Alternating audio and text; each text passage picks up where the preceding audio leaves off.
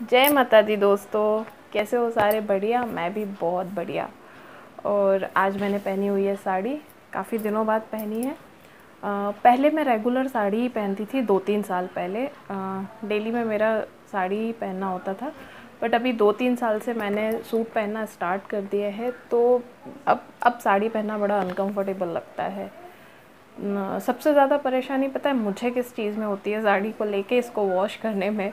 पहनने में मुझे कोई प्रॉब्लम नहीं होती, कि पहन लो, कोई दिक्कत नहीं है। बट इसको वॉश करने में मुझे, कितनी लंबी साड़ी, तो वो चीज़ है। और अब सूट पहनने लगी हूँ डेली में भी ना, तो अब थोड़ा सा अनकंफर्टेबल लगता है। तो लेकिन कभी कभी मन करता है कि हाँ साड़ी पहनो, तो इसलिए आज मैंने साड़ी पहन ली है। और अब मेरे घर के जितने भी काम थे वो सारे कंप्लीट हो गए हैं। इवन मैं खाना वाना खाकर भी फ्री हो चुकी हूँ। और मुझे ना आज नींद बहुत आ रही है दिन में। क्या हुआ कि कल का जो वीडियो था, वो रात के 1 बज गया था मुझे अपलोड करते करते। उसके बाद मैं सोने के लिए लेटी, तो मुझे बहुत देर तक नींद नहीं आई। कभी कभी होता है ना कि नींद उड़ जाती है आपकी, तो मैं 2-2:30 बजे तक कल जगती रही। तो इस वजह से शायद मुझे अभी नींद आ रही है, तो मैं सोने ही जा रही थी। लेकिन फिर मुझे लगा कि ब्लॉग की शुरुआत तो कर देनी चाहिए, तो इसीलिए मैं आ गई आप लोगों से मिलने के लिए। तो आज के दिन की शुरुआत आप लोगों के साथ इसी तरह से हुई है।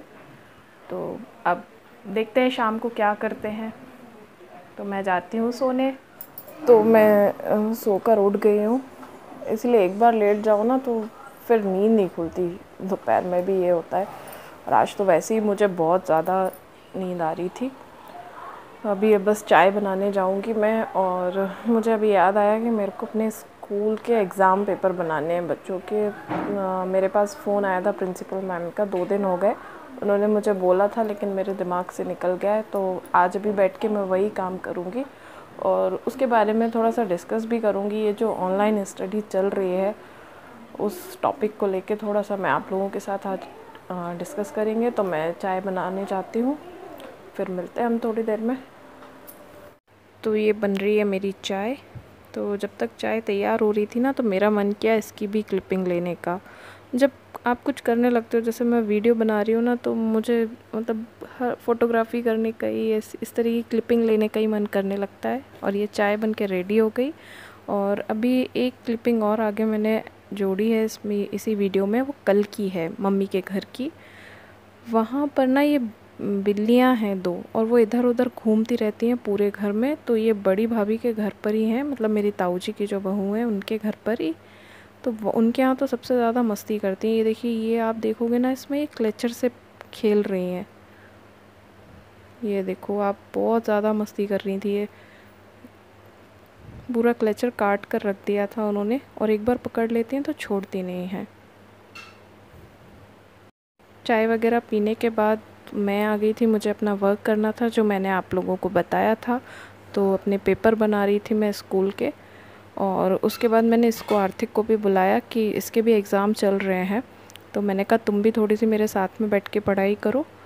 बाकी फिर क्या होता है, मुझे बीच में मैं कुछ काम कर रही होती तो तब सुनाने आता है या बोलता है मम्मा मेरे को बैठ के पढ़ाओ।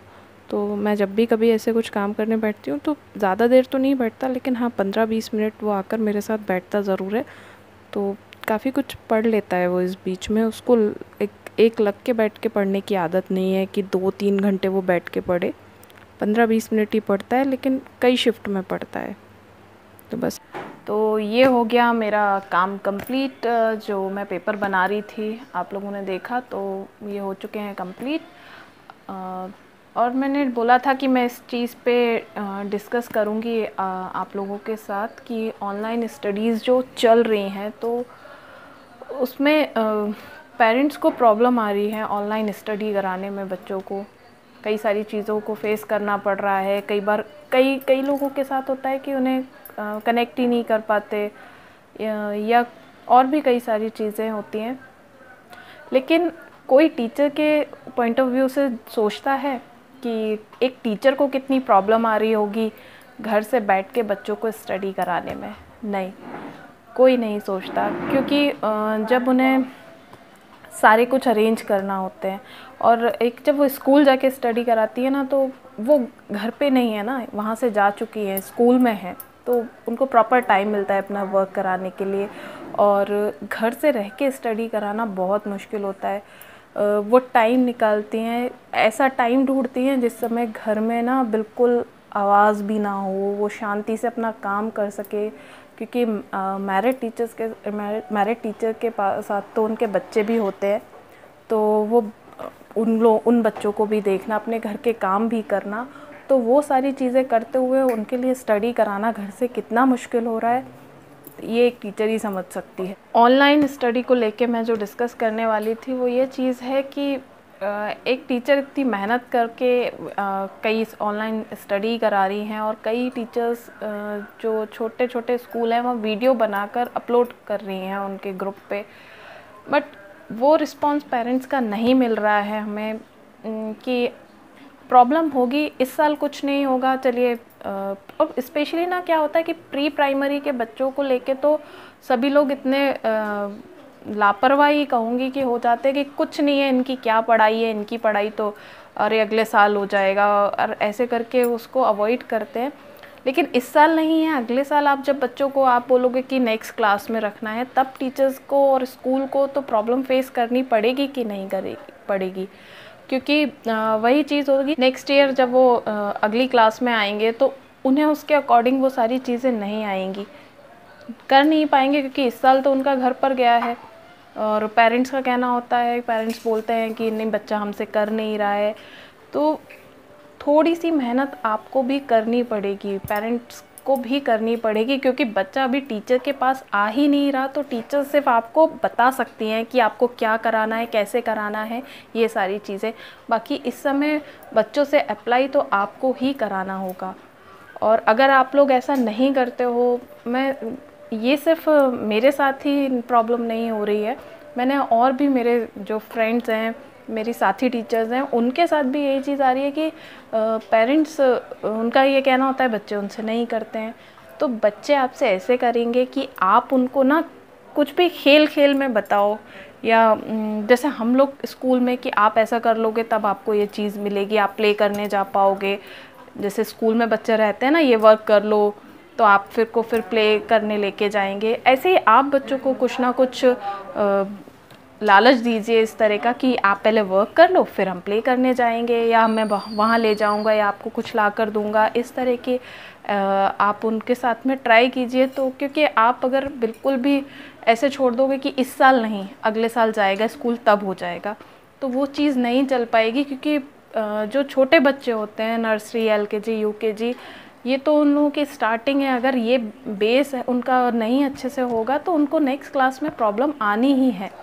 तो प्लीज़ उस चीज़ के लिए है मेरा, जितने भी पेरेंट्स हैं, स्पेशली प्री प्राइमरी वाले, मुझसे जुड़े हुए ही नहीं बाकी भी, मैं पिछले जिस स्कूल में जॉब करती थी वहाँ के पेरेंट्स भी मुझसे जुड़े हुए हैं, अगर वो लोग भी देखते हैं तो उनसे भी बोलूँगी कि थोड़ा सा मेहनत बच्चों के साथ आप लोग भी कर लीजिए, क्योंकि अगले साल नहीं तो बहुत प्रॉब्लम फेस करनी पड़ेगी आप लोगों को भी, और आप लोगों के साथ टीचर्स को भी। क्योंकि बच्चों को जब कुछ नहीं आएगा इस साल, वो पूरे टाइम खाली बैठे रहेंगे, तो ऑफिस है कि अगले साल प्रॉब्लम आनी ही आनी है। तो उस चीज़ को आप लोग प्लीज़ वो कीजिएगा, ध्यान दीजिए इस चीज़ पे।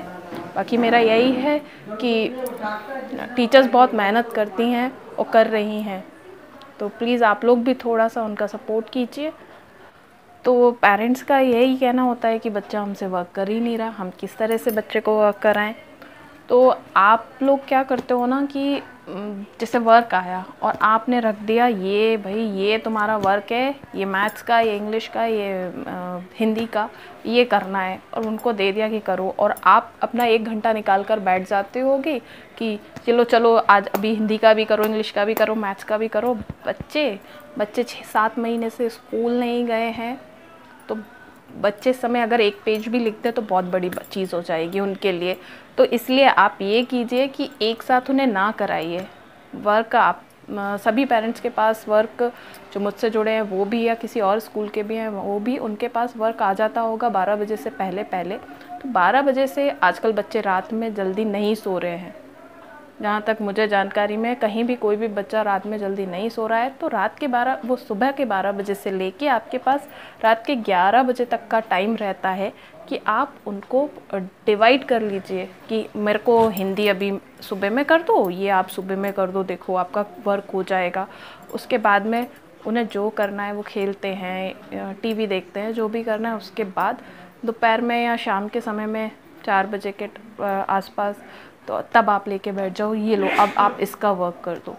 तो इस तरह से ये चीज़ हो जाएगी। उसके बाद में आप एक सब्जेक्ट का वर्क रात में करा लीजिए।